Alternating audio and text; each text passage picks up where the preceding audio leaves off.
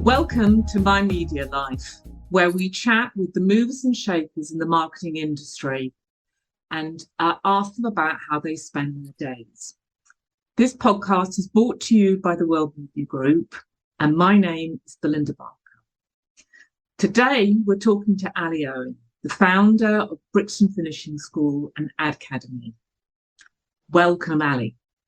Thanks, Belinda. Lovely to see you, and lovely to have the chance to chat.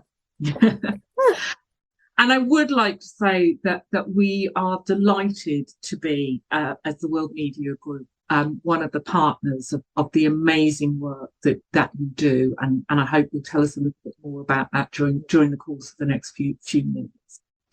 But I'd like to start off really asking you about what does the media industry mean to you?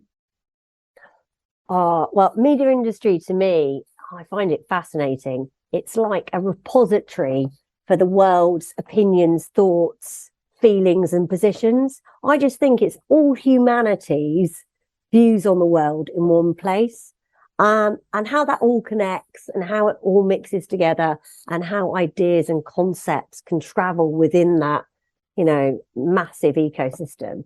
I've just loved it since I fell into it nearly 30 years ago. Yeah.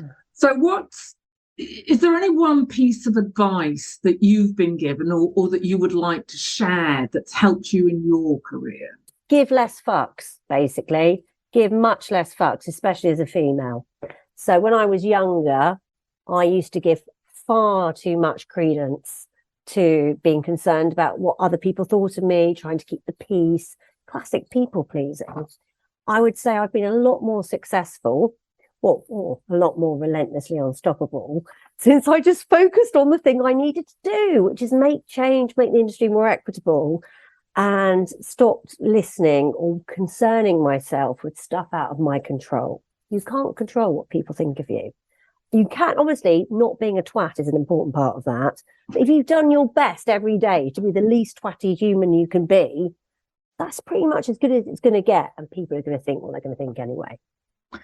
I think relentlessly unstoppable is a really good description of Ally. I'm impressed.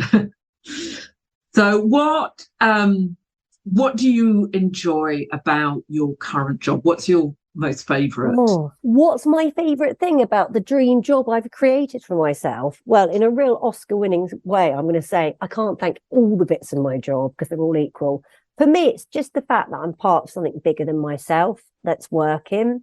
I've always been really passionate about equity and change and talent reaching its potential. And now we've got this amazing alliance of partners like yourself and, talent, and it's just this big change making engine. And every day you actually feel as if you're doing something worthwhile. Plus, we see the fruits. We're very lucky in the sense that the fruits of our labours all around us in the industry now. I had a lovely chat with my community manager this morning, and she's just been doing some work in our mentorship area. And she was like, the best bit about mentorship is I get to actually see where I make a difference.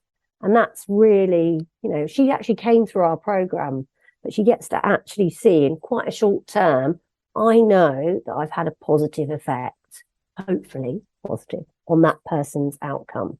That's just gold dust, really. Was the one, sorry, this is I'm just interested to know, was there a single light bulb moment when you thought, what started the beginning of Brixton Finishing School? Yeah, it was in 2016, but the first Brixton was 2018. And I was at a very big media group, and they employed a right-wing agitator. Nothing wrong with being right-wing. I mean, politics nothing to do with it. But not being nice to people and deliberately being hating towards certain communities pisses me off. Yeah. Got your right to opinion, but you haven't got a right to put other people down. And this particular commentator, well, basically, because of the work I was doing, I was contributing towards paying her salary through my labours. It was Katie Hopkins. And I just thought, wow. Okay. Yeah, I know. Yeah, I know. They're not like a mild person, Yeah. a strongly opinionated person who doesn't like the communities I care for, and also doesn't even like ginger babies. So this was not a personal crusade, people, but she doesn't like ginger babies as well. So thanks, Katie. Thanks for making me angry, because out of that anger came this wonderful thing. Because I just had a moment where I was like, if I'm going to work this hard, and I am, as we say, relentless, then I want to put, all my talent, all my relentlessness into something that makes the world a more equitable place and improves the industry. So I love the industry. It's fed me, it's clothed me, it's kept me interested for 3 decades. But it's never really involved all the voices we need to make it as brilliant as it could be. We tend to be very lopsided. And I just, this was the kind of touch paper I just thought, no, not again. We're not going to have somebody who always getting a break. Why can't we hear other people's points of view? Why is it always just one type of person? So Katie Hopkins actually managed to do something for the positive. Yeah. That's So thank you, one for Katie the books. Hopkins, for your gift to equity. You may not have intended to help make the world a better place. In fact, I probably think you weren't intending that at all. But it turned out that way. So that's good.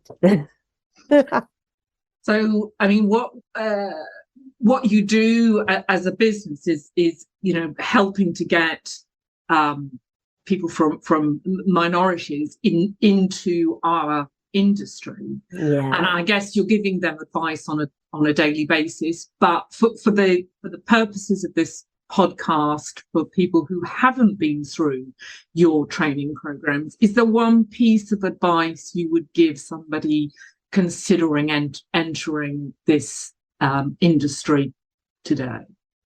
Probably from a safety point of view, I would definitely let them know that they're going to be a pioneer if they come from communities that aren't well represented.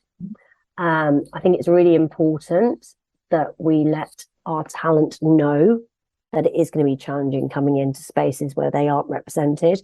And interestingly, the people we work with aren't actually a minority. The majority of people in the UK, it's just they're a minority in our spaces. Our spaces are actually run by a minority. We're very unrepresentative. It's really interesting. We, the majority, are not the majority in, bizarrely, places that mass marketly communicate. And that could be anything. It could be age, it could be race, it could be ability, it could be location, it could be neurodiversity, class is a massive one. There's so many intersections. It could be that you're a carer or a parent. And I just sort of think, number one, recognize that it's half the time it's not you, it's the system that stopped you succeeding. The system is designed, very carefully designed, to let certain people succeed and certain people to support those people to succeed. And it's going to take a while for us to all work together to make it an equitable system, though we know that's the best thing that could happen, because from a profiteering point of view, as well as a social justice point of view, would be a lot more shipshake and make a lot more money if we included everybody in the system. I think we've already ascertained what your personal secret talent is in terms of being unrelenting. But is there anything else you would? Being ginger, I'm going to go for, ginger. Belinda. It's not very secret, but I think being born ginger gives you a series of natural advantages and disadvantages in life. You can never hide, you get a lot of attention, and you very quickly learn to stand your ground.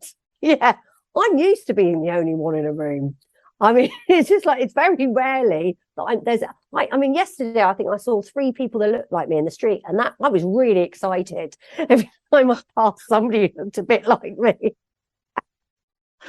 That's so funny. I wouldn't have thought of that in a million years. Yeah, put it this way, you're memorable. So I think you have an innate advantage if you don't.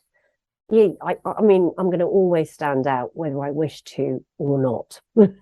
So you just, and you get mistaken for other people who, my worst fear, Belinda, is to get mistaken for somebody who's another redhead who's committed a serious crime. It could happen.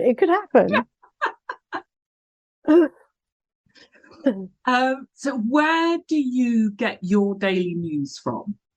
So I watch I'm careful about what I read, actually. I tend to I think I've got ADHD, so I can get really over interested in stuff that's not necessarily going to help me get into what I need to do that day. So I have some rules around how I consume my news. So I read a bit of The Guardian, but I did this thing that was recommended after the murder of George Floyd in 2020, which was to have a multiple system of news sources. So I actually have a Muslim news channel that I read every day. And also I've signed up to a Black news channel in the States, which is really interesting. It's called The Root. I don't know who the celebrities are on this thing, but it's given me such a better understanding of a massive part of the world's population's news and views that I, as a white female from Britain, would never have. And that's really interesting. So do I do that? And I hate to say it, bit of Vice and Refinery 29, I'm not going to lie. And I do like a bit of Love Island news, Belinda, which is really embarrassing. Though I love Forbes, I love the New York Times. You know, I love a bit of a meaty article as well. So I do have some of your partners on my list. I tend to avoid anything too sensationalist, apart from Love Island. I was going to say Love Island to Forbes. I know. I am ever the maven. Yeah. That's the best thing about it, I think, is, you know, well, that's the beauty of the media, isn't it? On one like tablet or phone, I can literally be 1,000 different versions of myself. And I think that's what the internet has gifted us, which obviously I used to work in print. I loved working in print, still love print, but just the ability for me to have so many different voices in one place from different parts of the world and with really different views. I think that's an incredible richness that, you know, we can have as a daily media consumption if we choose to be that varied. And I would definitely say to anybody listening, please, like, fiddle with your settings, go and do some stuff, go and find some stuff you don't normally listen to. Yeah, you never know, you may like it. Now, you mentioned listen to, so do you listen to podcasts as well? I'm going to really have to own this one. My daughter and me are true crime fans. If you've got a teenage girl, that is true crime territory. I also love docudramas. So I've been really into the BBC, was it the cryptocurrency, the heiress that disappeared as well. There's loads of stuff, all that kind of stuff. In terms of news podcasts, because of the current news agenda is really depressing for the audiences I care about, I have to be careful how much of that I take on board so it doesn't knock the optimism out of me at the beginning of the day. So I will say, do you know what, today I'm just going to get on with the work rather than listen to yet more austerity measures. Yeah, just kind of like, how much more of this stuff? Because it just brings you down. You think, you know, obviously I'm in a mission to try and improve people's outcomes and try and, you know, level people up. And obviously the news is a lot about, you know, policies and experiences which are actually narrowing people's potential or even the ability to feed themselves in this country. I find it quite distressing anyway. You've mentioned quite a few media brands, but are there, you know, if you were stuck on a desert island and you had to pick 2 or 3 brands that you took with you, is there anything that's more important to you? Oh yeah, I'm going to go Guardian, and the reason I've chosen the Guardian is because I worked there for 7 years. So it's Stockholm syndrome, yeah. It's very difficult, yeah, yeah, and also because it's a nice mix of everything, and it is, you know, independently owned. It's not, you know, it's supposed to be a balance of views. Is Instagram a media brand? Am I allowed to? Is it not? No, I don't think so. I don't think we'll classify that as a media brand. I'm sorry. Yeah, I'm going to go Refinery 29 and Vice. Why? Because even though I'm 50 next week, Belinda, in my head I'm still 27. You know, I can't, and it's really nice to see the trends, and there's something really optimistic and hopeful about all the progress that generation are making. You know, when I think about when I was their age, and even things on like genders and, you know, LGBTQA progress. I mean, obviously there's lots of parts of the world where that's not happening, but I do feel there's just so much nice, hopeful, equitable stuff in that generation. Well, I hope you've got some fun things planned for your 50th next week. Well, I hate to say it's not just next week, it's a summer of festivities, Belinda. Oh, yay. I am literally going, it finally finishes. The last event is on the 10th of September, put it that way. So it's 6 weeks of fun. It's literally going to be run like a media campaign. I don't know whether I'm going to get through it. I really don't. We'll see. I have to say, I did the same for my 50th. I went to Istanbul, I did this, I did that, I did the other. I've never really celebrated a birthday before or since, but my 50th, I went to town. Yeah. I think as well, just what's great about being 50 is I can't believe I'm 50 and still in the industry, because we deal a lot with ageism. So it's really amazing. We're doing a podcast where 2 women over 50 are together, because we're like unicorns in the industry. And that's something we're kind of talking about. Well, we run an over 45s course, but this is a definitely big push. I've never thought of myself as a unicorn. I rather like that. There you go. Yeah, you are. Here you go. You know, I can be, my special power is being ginger. You can be a unicorn, Belinda. So what else? I mean, you are always switched on. I mean, you are superhuman in terms of the output and what you do, but how do you switch off? I would say I'm either on, off, or in the gym. Yeah, there doesn't seem to be a lot of in between. So I do a lot of physical stuff to switch my brain off. And I hate to say it, just a lot of lying very still, looking at a tree or a bird or a flower. So it's kind of like all out. Then the battery runs down. I'm like, oh, no more humans for a while, please. I'm done for a couple of hours. And I'll go somewhere quiet and I'll just like look at nature, or I'll do something really physical like box or lift something heavy. And that generally will switch off the doing bit. I'm yet to perfect the art of relaxing. Maybe when I'm 60 or 75, we'll finally get the idea of downtime right. I don't know. It'd be good, wouldn't it, to have success in that area? Yeah. So who has ever inspired you? It doesn't necessarily have to be somebody within the industry, although it could be. Have you got any particular human inspiration? I mean, there's a lot of people that have really inspired me in the industry. And that, you know, there's amazing female, you know, as I've got older and as probably, and this is a trite phrase, we've all woken up a bit more to the fact we need to change the stuff around us. There have been just the women that have come together in groups, the other activists I work with, especially sort of a lot of the Black females I work with. I think that, you know, that's a constant inspiration, because certainly I felt from a white female class perspective, I was having a bit of a crap time at points. That is nothing in comparison to my Black female colleagues. And I think, you know, people like Maria McDowell, who runs Lollipop Mentoring, which is a Black female mentorship program. That's amazing. Caroline Forbes at Clear Channel. There's just a whole list of people that I'm constantly amazed at how they've managed to be so successful, because they deserve to be successful, obviously, because they were more than talented, but have not only done that, but brought their own brand of change making within the industry to kind of put the ladder down and also help everybody better understand what it is we need to move forward on.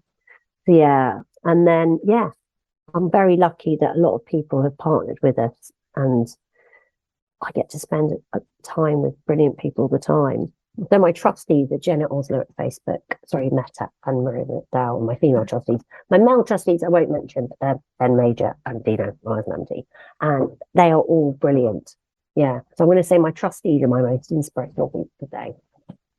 That's amazing, Ally. It's been such a pleasure to talk to you again, and I'm really looking forward to the couple of training sessions we're doing with your cohorts coming up.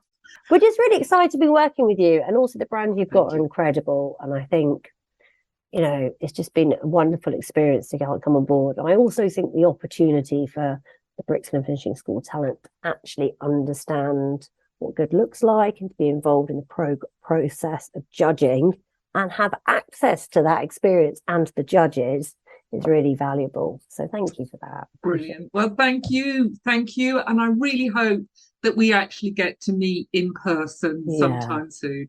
Definitely. Thank you so much again, Ally. Thanks. Bye. Bye.